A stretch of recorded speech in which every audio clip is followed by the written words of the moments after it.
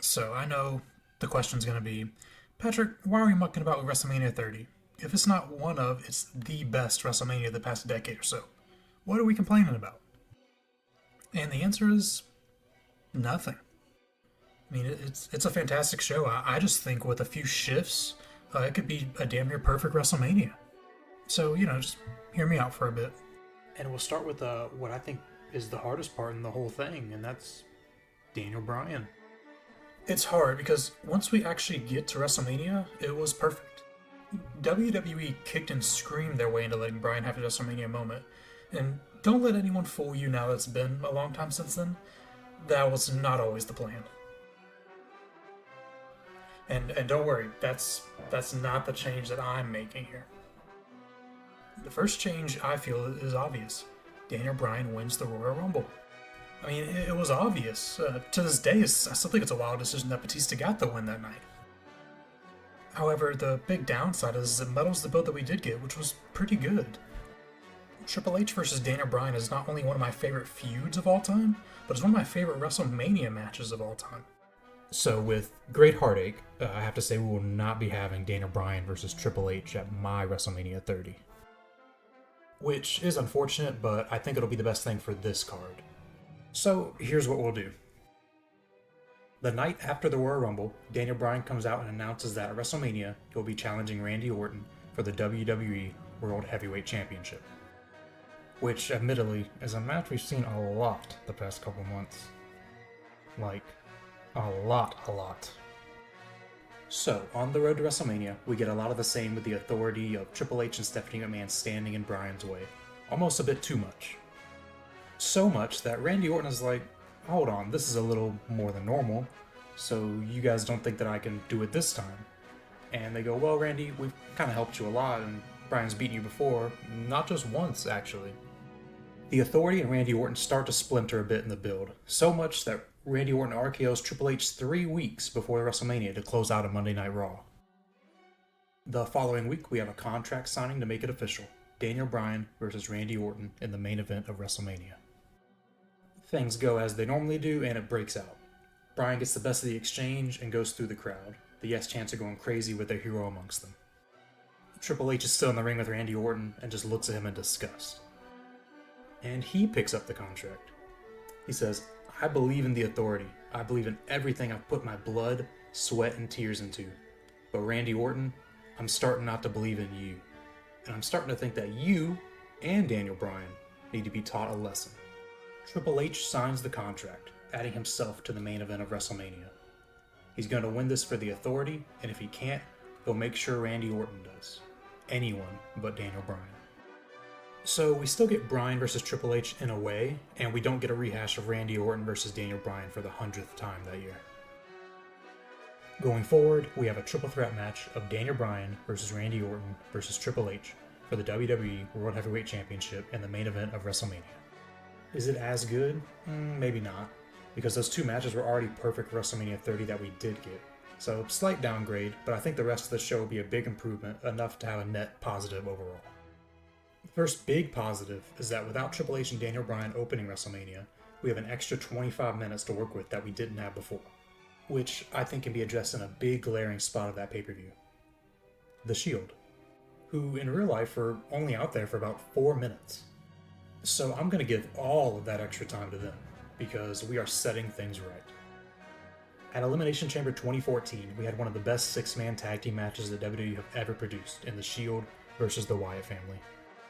And we're saving it for later. At the Elimination Chamber pay-per-view, we still get the match, but with a slight difference. It'll be a Tornado Tag Team Elimination Chamber match. You know, like the pay-per-view name. Which I think will still live up to the hype.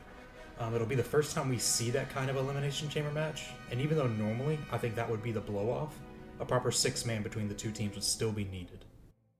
So that's what we're doing. We're putting a 6-man tag team match of the Shield versus the Wyatt family at WrestleMania. And I think with the added time, it'll be even better than what their original match was, pulling out all the stops for the grandest stage of them all. And I like that we're getting a prolonged feud between two of the most exciting teams at that time. 2 huge matches, and it gets the Shield the time at WrestleMania that they should have had. With that, the odd man out from this would be Kane, the New Age Outlaws, and John Cena. And sorry, Kane, Road Dogg, and Mr. Ass, but you can join the Andre the Giant Battle Royal, because otherwise you do not have a spot on this WrestleMania 30. However, John Cena, the man, the poster boy still at this time, I think he's actually the easiest to move around on this card because he's the guy. He can work with anyone and it'll be special. So, let's maximize that and make it as special as possible. In the last year, I think this could have been a show stealer that we deserved. We're doing, of course, John Cena versus The Undertaker, which feels perfect to me. 30 years of WrestleMania, the streak versus the GOAT. And prior to this, The Undertaker was on a hell of a run, and 2014 kind of felt like the year where the wheels started to fall off a little bit. It's the last year I think it could have been what it needed to be. I don't think we need to go much into what the build would be, because it kind of writes itself. It's the biggest possible match you could make. The only person that really loses here is Brock Lesnar, because at this point of his return run, he had been booked very poorly. And just to recap, he returns the night after WrestleMania 28. He loses to John Cena, then he goes into a lackluster program with Triple H. He beats Triple H, injuring Shawn Michaels and Triple H in the process, delaying the payoff until WrestleMania 29, which Triple H beats him. He gets his win back at Extreme Rules, and then in mid-2013 he finally gets something like the Brock Lesnar of old. He has a program with CM Punk, and it feels very special because the entire thing was excellent, finally. But he then leaves until Royal Rumble 2014, where he beats The Big Show in 2 minutes. And that was the story so far whenever he got to the streak at WrestleMania. Beating The Undertaker skyrocketed his legitimacy and his aura 10,000-fold. And then of course he went to squash John Cena for the title, and you can still feel that aura of Brock Lesnar today. It remade him. So I'm sacrificing that for John Cena versus The Undertaker, and honestly, I'm very okay with that decision. Instead, we'll give Brock Lesnar a dream match. A match that blows my mind that they never actually did. Brock Lesnar versus Batista. And the worst part is that they teased this in a confrontation on Raw. I think that would be a really fun program for both guys, and instead of what they did in real life, we'll have Batista return the night after the Royal Rumble. And I don't think we should put him in the Royal Rumble because of Daniel Bryan. He would get booed, maybe not like he did, because Bryan's actually in the Royal Rumble, but I don't think we should risk that. We want the animal back. We want 2005 mega babyface Batista. And I would have Batista wrestle quite a bit, actually. Maybe a few matches on SmackDown, similar to how Edge operates now while he's back.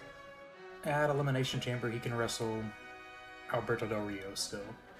That's fine. Was it good? Not really, but it'll accomplish what it needs to. Batista comes out the night after Elimination Chamber and says he wants the biggest match possible for WrestleMania. He says he can't fight for the streak again, now that John Cena's claimed that spot.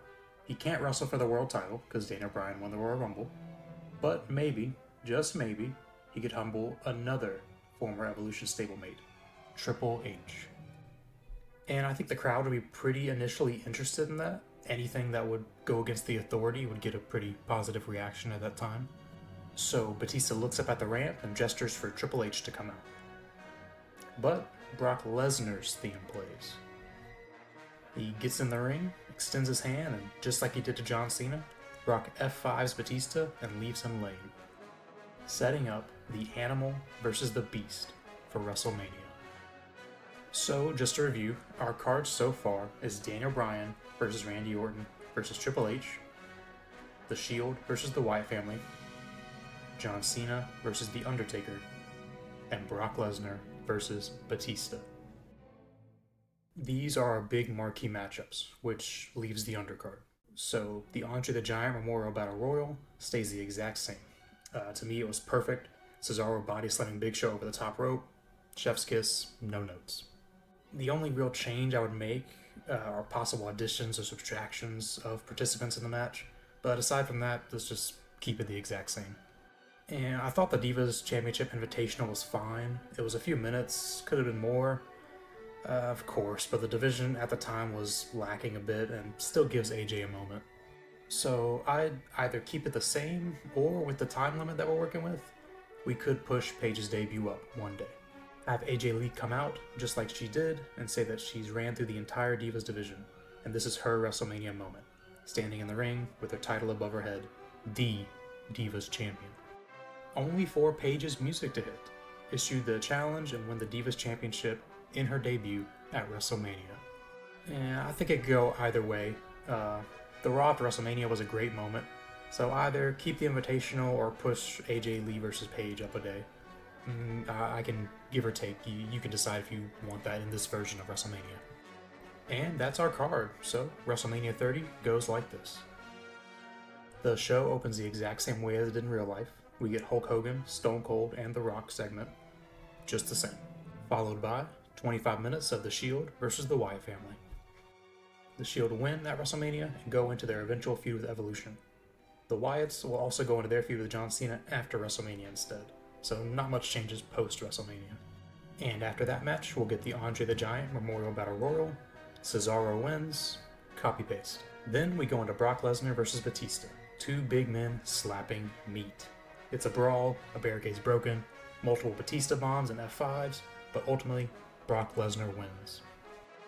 And he still goes on to SummerSlam to squash John Cena, hopefully gaining some of that same luster that we got in real life. After that, we'll slow it down a bit with the Hall of Fame inductees coming out and waving to the crowd. And the announcers can go on about how this next match is about as close to 2 Hall of Fame locks as we'll ever see. It's John Cena versus The Undertaker, and it's a show sealer. We'll pull out everything for this, all the bells and whistles. The Undertaker pulls it out one more time, multiple finisher exchanges is the definition of a big WrestleMania match. John Cena hits 5 attitude adjustments on the dead man, but it's just not enough. For the first time, we see John Cena doubt himself. We really feel like the heel turn is about to happen here, so John Cena rolls out the ring and he grabs a chair. He proceeds to wear The Undertaker out with this chair. At this point in time, we've never seen John Cena get this intense. He puts The Undertaker on his shoulders one more time, looks into the camera and says, "It's over." But The Undertaker slips off his shoulders and gets him set up in a tombstone. But John Cena fights out. The two are standing face to face, and John Cena kicks The Undertaker in the nuts. And the crowd erupts. Heel John Cena is the streak about to end. John Cena falls to his knees next to a finished Undertaker. He reaches his hand out to cover him, but The Undertaker grabs his arm and puts him in the Hell's Gate. John fights as hard as he can, but he can't do it. John Cena passes out.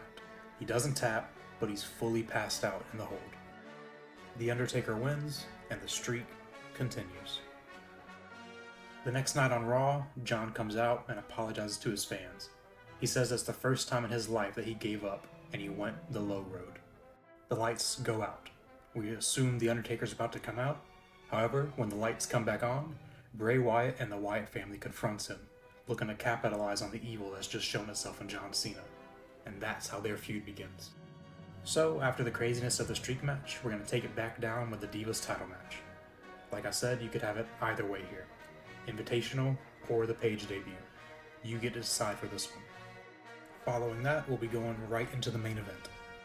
And we still get the big entrances here. Triple H on his golden throne, Randy Orton being played his entrance music live, and then Daniel Bryan coming out like the Everyman. It's a back and forth match. Randy Orton and Triple H settle their differences after Bryan's put through the announce table, just like in the original match. And at points it seems like Triple H may beat Randy Orton, but Bryan comes out heroically, match imploding until Bryan taps out Triple H. So, WrestleMania 30 ends with Daniel Bryan defeating the Authority, and he has his miracle on Bourbon Street. And that's it, guys. Thanks for listening to my pitch here. I've been thinking about this card for a long time and just kind of had to get it out. I appreciate all of you. If you'd like, feel free to throw a like, a subscribe, and comment your thoughts. Did you like the changes? Do you prefer the original WrestleMania 30? What would you do? Let me know in the comments below, and have a great rest of your day.